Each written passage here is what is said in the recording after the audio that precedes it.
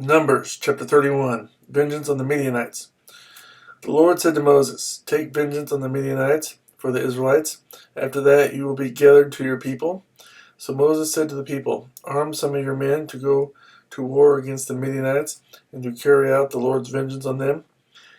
Send into battle 1,000 men from each of the tribes of Israel." So 12,000 men armed for battle, 1,000 from each tribe, were supplied from the clans of Israel. Moses sent them into battle, 1,000 from each tribe, along with Phinehas, son of Eleazar, the priest, who took with him articles from the sanctuary and the trumpets for signaling. They fought against Midian, as the Lord commanded Moses, and killed every man. Among their victims were Evi, Rechem, Zur, Hur, and Reba, the 5 kings of Midian. They also killed Balaam, son of Beor, with the sword. The Israelites captured the Midianite women and children and took all the Midianite herds, flocks, and goods as plunder. They burned all the towns where the Midianites had settled, as well as their camps.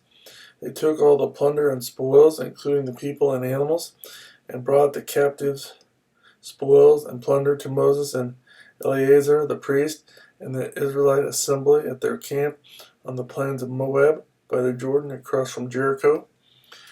Moses, Eleazar the priest, and all the leaders of the community went to meet them outside the camp. Moses was angry with the officers of the army, the commanders of thousands and commanders of hundreds who returned from the battle. "Have you allowed all the women to live?" he asked them. They were the ones who followed Balaam's advice and were the means of turning the Israelites away from the Lord in what happened at Peor, so that a plague struck the Lord's people. Now kill all the boys and kill every woman who has slept with a man, but save for yourselves every girl who has never slept with a man. All of you who have killed anyone or touched anyone who was killed must stay outside the camp 7 days. On the 3rd and 7th days you must purify yourselves and your captives. Purify every garment as well as everything made of leather, goat hair, or wood. Then Eleazar the priest said to the soldiers who had gone into battle, "This is the requirement of the law that the Lord gave Moses: gold, silver, bronze, iron, tin, lead, and anything else that can withstand fire must be put through the fire, and then it will be clean. But it must also be purified with the water of cleansing, and whatever cannot withstand fire must be put through the water. On the 7th day, wash your clothes, and you will be clean. Then you may come into the camp." Dividing the spoils. The Lord said to Moses, "You and Eleazar the priest and the family heads of the community are to count all the people and animals that were captured. Divide the spoils between the soldiers who took part in the battle and the rest of the community. From the soldiers who fought in the battle, set apart as tribute for the Lord 1 out of every 500, whether persons, cattle, donkeys, sheep, or goats. Take this tribute from their half share and give it to Eleazar the priest as the Lord's part. From the Israelites' half, select 1 out of every 50, whether persons, cattle, donkeys, sheep, goats, or other animals.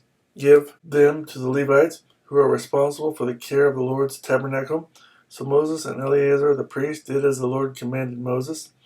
The plunder remaining from the spoils that the soldiers took was 675,000 sheep, 72,000 cattle, 61,000 donkeys, and 32,000 women who had never slept with a man. The half share of those who fought in the battle was 337,500 sheep, of which the tribute for the Lord was 675, 36,000 cattle, of which the tribute for the Lord was 72, 30,500 donkeys, of which the tribute for the Lord was 61, 16,000 people, of which the tribute for the Lord was 32. Moses gave the tribute to Eleazar the priest as the Lord's part, as the Lord commanded Moses. The half belonged to the Israelites, which Moses set apart from that of the fighting men. The community's half was 337,500 sheep, 36,000 cattle, 30,500 donkeys, and 16,000 people. From the Israelites' half, Moses selected one out of every 50 persons and animals, as the Lord commanded him, and gave them to the Levites, who were responsible for the care of the Lord's tabernacle. Then the officers who were over the units of the army, the commanders of thousands and commanders of hundreds, went to Moses and said to him, "Your servants have counted the soldiers under our command, and not one is missing. So we have brought as an offering to the Lord the gold articles each of us acquired, armlets, bracelets, signet rings, earrings, and necklaces, to make atonement for ourselves before the Lord." Moses and Eleazar the priest accepted from them the gold, all the crafted articles, all the gold from the commanders of thousands and commanders of hundreds, that Moses and Eleazar presented as a gift to the Lord, weighed 16,750 shekels. Each soldier had taken plunder for himself. Moses and Eleazar the priest accepted the gold from the commanders of thousands and commanders of hundreds, and brought it to the tent of meeting as a memorial for the Israelites before the Lord.